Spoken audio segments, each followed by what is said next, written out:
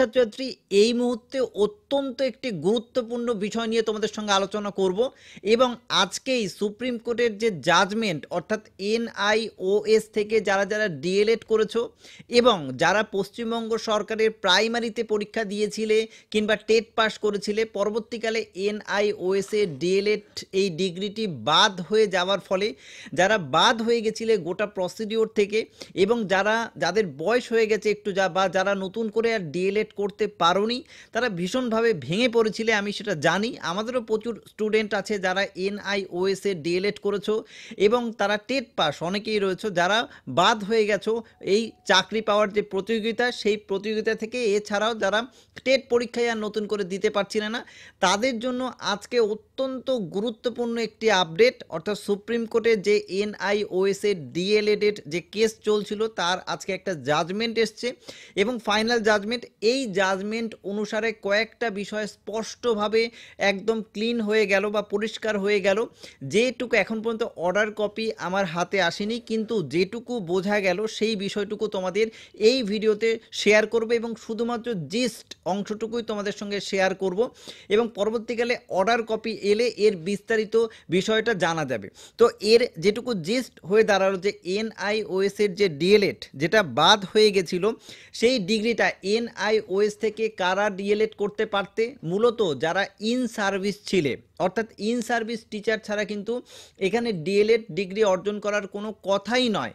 তবে এই ক্ষেত্রে আর্গুমেন্টে উঠে এসেছে যে এই কোনো রকমের ইন সার্ভিস টিচার নয়, কিন্তু কোনো কারণে এই ডিগ্রি অর্জন করেছে এবং বিভিন্ন রকমভাবে অর্জন করেছে, তাদের কি হবে? তো সেক্ষেত্রে কিন্তু এই অর্ডারে একটি বিষয় উল্লেখিত আছে যে যদি দেখা যায় যে কেউ ইন সার্ভিস টিচার নয় কিন্তু কোনোভাবে ফ্রড করে এই ডিগ্রি অর্জন করেছে, তাদের বিষয়ে কিন্তু লিগ্যাল স্টেপ নেওয়ার কথাও বলা আছে। তো এই অর্ডারে যে অংশটুকু বলা আছে বা যেটুকু বলা হয়েছে তার জিস্ট অংশটুকু এটাই হলো যে এই ডিগ্রি এনআইওএস এর যে ডিগ্রি অর্থাৎ 10ই আগস্ট, এই 10ই আগস্ট 2017 সাল, 10ই আগস্টের 2017 সালের আগে যারা ইন সার্ভিস হিসাবে এই ডিগ্রির জন্য নাম নথিভুক্ত করেছিল, অর্থাৎ 10ই আগস্ট 2017 সালের আগে যারা ইন সার্ভিস ছিলে এবং তার যথেষ্ট প্রমাণপত্র থাকতে হবে, তাদের ক্ষেত্রে কিন্তু এই ডিগ্রিটা অবশ্যই ভ্যালিড। এবং 10ই আগস্ট 2017 সালে যারা ইন সার্ভিস হিসাবে এই ডিগ্রিতে এই ডিএলএড ডিগ্রি অর্জন করার জন্য তারা ইন সার্ভিস হিসাবে গণ্য ছিলে, তাদের ক্ষেত্রে এবং এক্ষেত্রে একটি কথা বলা আছে যে 22শে সেপ্টেম্বর, ওই একই সালের 22শে সেপ্টেম্বর 2017 সালের একটি নোটিফিকেশান অনুসারে এই এনআইওএসে কিন্তু ভর্তি নেওয়া শুরু হয়েছিল, মানে ডিএলএড কোর্সে। কারণ এই ডিএলএড কোর্সটা ছিল 18 মান্থের। এটাই মেইন সমস্যা এখানে, এটাই মেইন সমস্যা ছিল যে ডিএলএড ডিগ্রি আসলে 24 মাসের একটি কোর্স, কিন্তু এই এনআইওএসে ডিএলএড ডিগ্রিটা যেহেতু ইন সার্ভিস টিচারদের জন্য ছিল, তাই এই ডিগ্রিটা ছিল 18 মাসের এবং এই জন্যই কিন্তু এই ডিগ্রিটা বাদ হয়ে গেছিলো। তাহলে মূল কথা হচ্ছে 10ই আগস্ট 2017 সালে যারা ইন সার্ভিস ছিলে এবং 22শে সেপ্টেম্বর 2017 সালের নোটিফিকেশন অনুসারে যারা এই ডিগ্রিতে অ্যাডমিশন নিয়েছিলে এবং 2019 সালের 31শে মার্চ এই সময়ের মধ্যে যারা এই ডিগ্রি অর্জন করে ফেলেছো, অর্থাৎ 2019 সালের মধ্যে যারা এই এনআইওএস ডিগ্রি অর্জন করে ফেলেছো, তাদের ক্ষেত্রে কিন্তু এই ডিগ্রি ভ্যালিড। অর্থাৎ সুপ্রিম কোর্ট যে অর্ডার দিচ্ছে তাদের ক্ষেত্রে কিন্তু এই এনআইওএস এর ডিগ্রিটা ভ্যালিড হতে চলেছে। অর্থাৎ তারা মহামান্য সুপ্রিম কোর্ট বিচার করে দেখেছে যে এই 2019 সালের 31শে মার্চের আগে যারা এনআইওএস এর ডিগ্রি কমপ্লিট করে ফেলেছে এবং যারা ইন সার্ভিস ছিল এবং যারা 22শে সেপ্টেম্বর 2017 সালের নোটিফিকেশন অনুসারে অ্যাডমিশন নিয়েছে, তাদের ক্ষেত্রে কিন্তু এই ডিগ্রি ভ্যালিড থাকবে। এবং আরেকটি ভীষণ গুরুত্বপূর্ণ পয়েন্ট হচ্ছে যে 28শে নভেম্বর, অর্থাৎ 28শে নভেম্বর একটা রায় এসেছিল, 28শে নভেম্বর 2023 সালের রায় ছিল।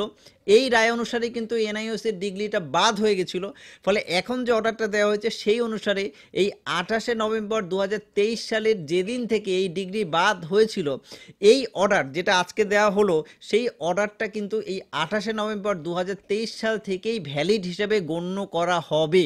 এখন অনেকগুলো প্রশ্ন আছে যে এই 28শে নভেম্বর 2023 সালের পরে যারা যারা বাদ গেছিলো কোনো একটি প্রসিডিওর থেকে, অর্থাৎ হয়তো সে ইন্টারভিউ দিতে পারেনি বা হয়তো বা সে টেট পাস করেছে বা কোনো কারণে সেই পুরো প্রসিডিওর থেকে বাদ হয়ে গেছিলো, তাদের কি হবে?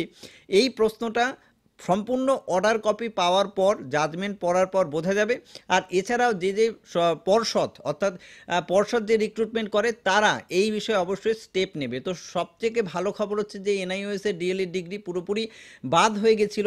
অনেক ছাত্রছাত্রী যারা সততার সঙ্গে এই ডিগ্রিটা করেছিল বা যারা ইন সার্ভিস ছিল তাদের ক্ষেত্রে খুশির খবর যে তাদের কিন্তু এই ডিগ্রিটা আবার ভ্যালিড হতে চলেছে এবং ভবিষ্যতের ক্ষেত্রে অর্থাৎ তারা যে প্রসিডিওরগুলোতে অংশগ্রহণ করেছিল রিক্রুটমেন্টের সেখানে তারা কতটা মান্যতা পাবে অর্থাৎ তারা কিভাবে সেই প্রসিডিওরের মধ্যে আবার পুনরায় যোগদান করতে পারে সেটা সম্পূর্ণ পর্ষদের উপরে নির্ভরশীল।